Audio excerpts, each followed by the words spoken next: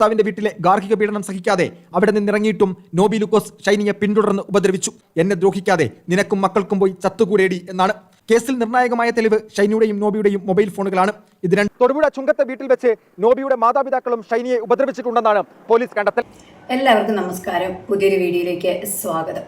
ഞാൻ കഴിഞ്ഞ ഒരു വീഡിയോ ഇട്ടിരുന്നു, ഷൈനി ചേച്ചി കേസിന് കുറച്ചൊരു അപ്ഡേഷൻസ് ഒക്കെ വന്നിട്ടുണ്ട് എന്നൊക്കെ പറഞ്ഞു. ആ ഒരു വീഡിയോയ്ക്ക് താഴെ ഒരാൾ വന്ന് കമന്റ് ചെയ്തിരുന്നു, എന്തുകൊണ്ടാണ് ഷൈനി ആത്മഹത്യ ചെയ്തത്. ആരെങ്കിലും ഒരാൾ പറയുമ്പോഴേക്കും പോയി ആത്മഹത്യ ചെയ്തത് എന്തിനാണ്?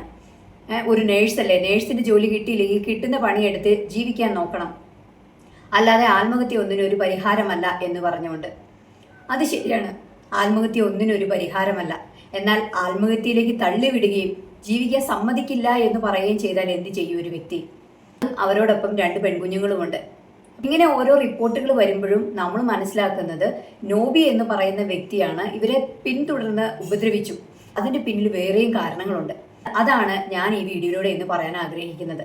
കാരണം ഈ 9 മാസം മുമ്പ് ഈ ഷൈനി ചേച്ചി നോബി എന്ന് പറയുന്ന ഭർത്താവിന്റെ വീട്ടിൽ നിന്ന് വരുന്നതിന് മുമ്പ് ആ സമയത്ത് ഈ ഷൈനി ചേച്ചി അപ്പനും ചേർന്ന് നോബിക്കെതിരെ ഗാർഹിക പീഡനത്തിന് ഒരു കേസ് കൊടുത്തിട്ടുണ്ടായിരുന്നു. എന്നാൽ ആ കേസ് എവിടെ എത്തിയില്ല. എന്തുകൊണ്ട് ആ കേസ് എവിടെയും എത്തിയില്ല? ഗാർഹിക പീഡനം എന്ന് പറയുമ്പോൾ ഭർത്താവ് ഉപദ്രവിച്ചത് മാത്രമല്ല ഗാർഹിക പീഡനം. ഈ ഷൈനി ചേച്ചിയുടെ കേസിൽ പറയുവാണെങ്കിൽ ഷൈനി ചേച്ചിയുടെ അമ്മായിയപ്പനും അമ്മായിയമ്മയും ചേർന്നാണ് ഈ ചേച്ചി ഉപദ്രവിച്ചിട്ടുണ്ട്. അതാണ് ഇപ്പോൾ പോലീസ് പുതുതായിട്ട് പുറത്തു കൊണ്ടുവരുന്ന വേറൊരു റിപ്പോർട്ട്. അതാണ് നിങ്ങളായിട്ട് ഞാൻ ഇന്ന് ഷെയർ ചെയ്യുന്നത്. ഭർത്താവിന്റെ മാത്രം നിരന്തരമായ ഭീഷണിയല്ല, ഭർത്താവിന്റെ വീട്ടുകാരുടെ മറ്റുള്ളവരിൽ നിന്നും ഈ ചേച്ചിക്ക് നിരന്തരമായ പീഡനം ഏറ്റിരുന്നു. എടുത്തു പറയേണ്ട ഒരു കാര്യം ഈ പാതിരിയെ കുറിച്ചാണ്, ഈ ബോബി എന്ന് പറയുന്ന ഈ പാതിരിയെ കുറിച്ച്. ഇങ്ങേര് അവിടെ മുകളിലത്തെ നിലയില് മട്ടിപ്പാവില് അരമനയും രാജകീയ ഇരിപ്പിടങ്ങളൊക്കെ പണിത് അവിടെ ഉപനിഷ്ഠനായിട്ടിരിക്കുകയാണ്. ഇയാളാണ് ഈ ഷൈനി ചേച്ചിയോട് രാത്രിയില് കുട്ടികൾ ഉറങ്ങിക്കഴിഞ്ഞ് കഴിയുമ്പോൾ കയറി വരാൻ പറഞ്ഞ വ്യക്തി. നല്ല ഒന്നാന്തരം പാതിരി സ്വന്തം അനിയന്റെ ഭാര്യയോടാണ് പറഞ്ഞത്. ഇങ്ങനെയുള്ള വ്യക്തി ഈ കുഞ്ഞുങ്ങളെ ചോദിച്ചില്ല എന്താണ് ഉറപ്പ്? പോലീസ് പുറത്തു കൊണ്ടുവരുന്ന പുതിയ കാര്യങ്ങളൊക്കെ നമ്മൾക്ക് കൂട്ടി വായിക്കുമ്പോൾ ഗാർഹിക പീഡനത്തിന് കൊടുത്ത കേസ് അത് എവിടെ എത്താതെ പോയി, അതിപ്പം ആരും ചർച്ച ചെയ്യുന്നില്ല, അത് പോലീസ് അന്വേഷിക്കുന്നു എന്നൊക്കെ പറയുന്നു എന്നല്ലാതെ കൃത്യമായിട്ടുള്ള ഒരു അന്വേഷണം ഇതിന്റെ പിന്നിലുണ്ടോ എന്ന് പോലും അറിയില്ല. അപ്പൊ ഇതിന്റെ പിന്നിലൊക്കെ കളിക്കുന്നത് ആരാണ്? അങ്ങനെ നമ്മൾ ഇതെല്ലാം കൂടി കൂട്ടി വായിക്കുമ്പോൾ നമുക്ക് മനസ്സിലാവുന്നത് ഈ ബോബിയുടെ ശക്തമായ ഒരു ഇടപെടൽ ഇതിനകത്തുണ്ട്. ഞാൻ അവളെ ആത്മഹത്യ പ്രേരണയിലേക്ക് നയിച്ചു, കുഞ്ഞുങ്ങളോട് അവളോട് പോയി ചാകാൻ പറഞ്ഞു. അതിനുശേഷം അമ്മായിയമ്മയുടെ ഇന്റർവ്യൂ തള്ള പറയുന്നു, ഞാൻ അങ്ങ് ഷുഗർ താണിട്ട് അവിടെ വീണ് കിടക്കുമായിരുന്നു, പിന്നെ എഴുന്നേറ്റപ്പോൾ എൻ്റെ വായി ശർക്കര ഉണ്ടായിരുന്നുള്ളൂ, എനിക്കൊന്നും അറിയില്ല. മീഡിയയുടെ മുമ്പിൽ വേറൊരു മുഖം കാണിക്കുകയാണ്, അവർ യഥാർത്ഥ മുഖം മറച്ചു വെച്ചിട്ട്. അതിന്റെ പിന്നിൽ ഇവർക്ക് ഐഡിയ പറഞ്ഞു കൊടുത്തത് ആരാണ്? ഇപ്പോ ഈ നോബിയുടെ അപ്പൻ എൻ്റെ മരുമകൾ മരിച്ചതിന്റെ സന്തോഷത്തിന് ഞാൻ അടിച്ച് ഫിറ്റാകാൻ പോവുക എന്ന് പറഞ്ഞ വ്യക്തി പിന്നീട് ഇന്റർവ്യൂവിന് ചെല്ലുമ്പം കരഞ്ഞ് നിലവിളിക്കുന്നതാണ് നമ്മൾ കണ്ടത്. എൻ്റെ മകളാണ് അവള്, ഞാൻ 2-3 ദിവസം മുമ്പ് കണ്ടു, പെട്ടിയിൽ വന്നു, ഞാൻ അങ്ങനെ കണ്ടു. പെട്ടി കിടത്താൻ വേണ്ടി നിങ്ങൾ എത്രമാത്രം കഷ്ടപ്പെട്ടു എന്നത് നിങ്ങൾ മറച്ചു വെച്ചിട്ട് നിങ്ങൾ കരഞ്ഞ് മെഴുകി മീഡിയയുടെ മുമ്പിൽ വന്നു. അതിൻ്റെ പിന്നിലെ ബുദ്ധി ആരുടെ? അതൊരു ക്രിമിനൽ ബുദ്ധിയല്ലേ? ആ ഒരു ക്രിമിനൽ ബുദ്ധി നിങ്ങൾക്ക് എവിടുന്ന് കിട്ടി? അതിൻ്റെ പെങ്ങളുടെ മെഴുകൽ. പെങ്ങൾ പറയുന്നു, എൻ്റെ ആങ്ങള അങ്ങനെയൊന്നും ചെയ്യത്തില്ല, നിങ്ങൾ പോയി അന്വേഷിക്ക്, നിങ്ങൾ പോയി തിരക്ക്, അപ്പം നിങ്ങൾക്കറിയാം. രക്ഷപ്പെടാൻ വേണ്ടിയുള്ള ഓരോ സൂത്രങ്ങൾ ചെയ്ത് മീഡിയാസിനോട് ഓരോന്ന് പറഞ്ഞ് ജനങ്ങളുടെ കണ്ണിൽ പൊടിയിടാൻ വേണ്ടിയാണ് നിങ്ങൾ കുടുംബക്കാർ മൊത്തം ശ്രമിച്ചത്. ഇതിന്റെ പിന്നിലൊക്കെ ഉള്ള ബുദ്ധി എന്ന് പറയുന്നത് ഈ ലോയറായ പാതിരിയുടെയാണ്. അവന്റെ ഉള്ള സ്വഭാവമാണ് ഈ പുറത്തു വരുന്നത്. എവിടെയാണെന്ന് അറിയത്തില്ല, ആരവനെ ഒളിപ്പിച്ചെന്ന് അറിയത്തില്ല, എവിടെ ഇരുന്ന് അറിയത്തില്ല. അറിയത്തില്ല. പക്ഷെ കൃത്യമായിട്ട് അവൻ കാര്യങ്ങൾ പ്ലാൻ ചെയ്ത് തന്നെയാണ് ചെയ്യുന്നത്. അല്ലെങ്കിൽ പിന്നെ ഞാൻ കഴിഞ്ഞ വീഡിയോയിൽ ഞാൻ എപ്പോഴും പറയുന്ന ഒരു കാര്യമാണ്, ഷൈനി എന്ന് പറയുന്ന വ്യക്തി ഒരിക്കലും ഒരു ആത്മഹത്യ സ്വീകരിക്കുന്ന ഒരു വ്യക്തിയല്ല. അവർ പോരാടിക്കൊണ്ടാണ് സ്വന്തം ഭർത്താവിന്റെ വീട്ടിൽ നിന്നത്, പോരാടി തന്നെയാണ് ജീവിച്ചത്. അവർ ഈ കുടുംബശ്രീന്ന് ലോൺ എടുത്തത് ഈ അച്ഛന്റെ തിരുവാതത്തിൽ കൊണ്ടായാണ് സമർപ്പിച്ചത്. ആ പൈസ വരുമാനം വേണമെങ്കിൽ അല്ലെങ്കിൽ ഈ കുടുംബശ്രീയിലെ പണം തിരിച്ചടക്കണമെങ്കിൽ നിർവാഹമില്ല. അപ്പോഴാണ് അച്ഛൻ പറഞ്ഞത്, നീ എൻ്റെ കാൽച്ചോട്ടിൽ വാ, നീ എൻ്റെ ഇംഗിതം ചെയ്തതാ, അപ്പം ഞാൻ നിനക്കുള്ള പണം തരാം. അപ്പോഴും ആ ചേച്ചി അത് നിഷേധിച്ചുകൊണ്ട് സ്വന്തം നിലയിൽ ഏത് തരത്തിൽ കഷ്ടപ്പെടാം അതിനുവേണ്ടി പുള്ളിക്കാരി പറമ്പിൽ പണിയെടുത്തു. എന്തായാലും ഇപ്പൊ വന്ന റിപ്പോർട്ട് പ്രകാരം, ഇപ്പൊ വരുന്ന പോലീസിന്റെ ഇൻവെസ്റ്റിഗേഷനിലെ റിപ്പോർട്ട് പ്രകാരം ഇതിൽ കൂടുതൽ വ്യക്തികൾക്ക് പങ്കുണ്ട് എന്നുള്ളത് തന്നെയാണ് പോലീസ് പറയുന്നത്. അത് തന്നെയാണ് നമ്മൾ പറഞ്ഞുകൊണ്ടിരിക്കുന്നത്, അത് തന്നെയാണ് കേൾക്കുന്ന ജനങ്ങൾക്ക് മനസ്സിലായത്. ഇത്രയും ശക്തമായി നിന്ന, ധീരതയോടെ നിന്ന ഒരു സ്ത്രീ എന്തുകൊണ്ട് പെട്ടെന്ന് നോബി എന്ന് പറയുന്ന ആൾ പറയാൻ നീ പോയി അങ്ങ് ചാവടി എന്ന് പറയുമ്പോഴേക്കും പോയി ചത്ത് കളഞ്ഞത് എന്തിനാണ്, അല്ലെങ്കിൽ പോയി മരിച്ചത് എന്തിനാണ്, അത് കുഞ്ഞുങ്ങളെയും കൂട്ടിക്കൊണ്ട് ചെയ്തത് എന്തിനാണെന്ന് ചിന്തിക്കുമ്പോൾ അതൊന്നുമല്ല. അവരുടെ പിന്നിൽ ശക്തമായിട്ട് ആൾക്കാരുണ്ടായിരുന്നു.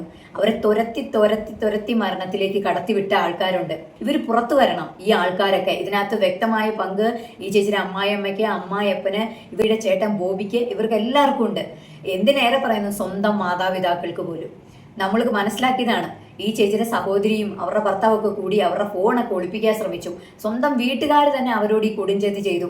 പൈസകൾ എടുത്ത് എറിഞ്ഞു. ഇവരുടെ കള്ളക്കളികളൊന്നും പുറത്തു വരാതിരിക്കാൻ, ഇവർ ഈ ചേച്ചിയോട് ചെയ്ത ക്രൂരതകൾ, ഇവരെ അവോയ്ഡ് ചെയ്തത്, ഇവർ പറഞ്ഞ കുത്തുവാക്കുകളൊക്കെ പുറത്തു വരാതിരിക്കാൻ വേണ്ടി ഇവരും കളിച്ചു.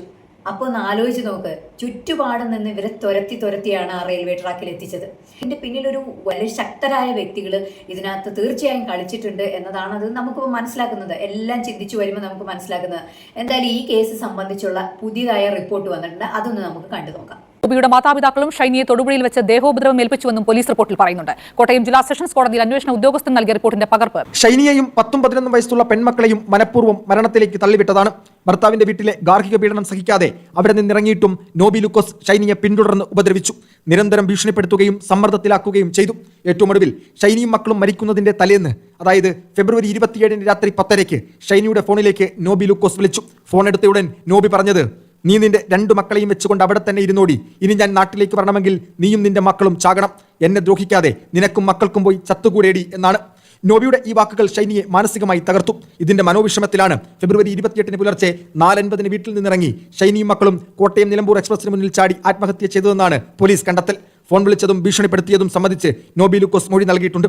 കേസിൽ നിർണായകമായ തെളിവ് ഷൈനിയുടെയും നോബിയുടെയും മൊബൈൽ ഫോണുകളാണ്. ഇത് രണ്ടും FSL പരിശോധനയ്ക്ക് അയച്ചിരിക്കുകയാണ്.